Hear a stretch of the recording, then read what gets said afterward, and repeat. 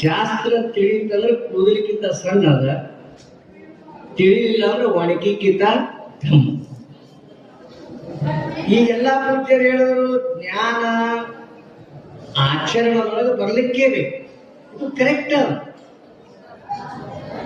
ಇನ್ನು ಜ್ಞಾನ ಅಂದ್ರೆ ಯಾವ ಜ್ಞಾನ? ಇದೊಂದು ದೊಡ್ಡ ಸಮಸ್ಯೆ. ಯಾಕಂದ್ರೆ ಜ್ಞಾನಿ ಶ್ರುತಿ ಶಿರೋಭಾಗ ನೃತ್ಯ, ಜ್ಞಾನಿಗೆ ಯಾವ ವೇದ ಉಪನಿಷತ್ತುಗಳು ಆಜ್ಞೆಯನ್ನು ಕೊಡುವುದಿಲ್ಲ. ಮೊದಲೇ ಮಾತು ತಿಳ್ಕೊರಿ. ಜ್ಞಾನಿಗೆ ಜ್ಞಾನಾಗ್ನಿಂ ಸರ್ವಕರ್ಮಾಣಿ ಭಸ್ಮಸಾತ್ ಕೊಡುತ್ತೆ ಅರ್ಜುನ. ಗೀತೆಯಲ್ಲಿ ಪರಮಾತ್ಮ ಹೇಳಿದ ಜ್ಞಾನಕ್ಕಿಂತ ಯಾವುದು ಪವಿತ್ರ ಇಲ್ಲ ಅಂತಲೂ ಹೇಳಿದ. ಇನ್ನು ಜ್ಞಾನ ಅಂದ್ರೆ ಎಷ್ಟು ಪ್ರಕಾರವಾಗುವುದನ್ನು ಮೊದಲಿನವರು ಪ್ರತಿಪಾದನೆ ಮಾಡ್ಯಾರ. ಸ್ವಲ್ಪ ನಾನು ನಿಮ್ಗೆ ಹೇಳ್ತೀನಿ. ಒಂದು ಸಾಮಾನ್ಯ ಜ್ಞಾನದ, ಒಂದು ವಿಶೇಷ ಜ್ಞಾನದ, ಒಂದು ಕಲ್ಪಿತ ವಿಶೇಷ ಜ್ಞಾನ. ಜ್ಞಾನಗಳು ಮೂರು ಪ್ರಕಾರ.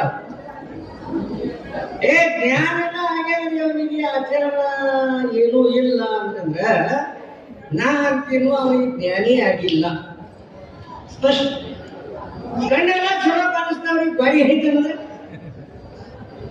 ಜ್ಞಾನ ಆತು ಅಂದ್ರೆ ಆಚರಣ ತನ್ನಿಂದ ತಾನೇ ಬರ್ತಾವ.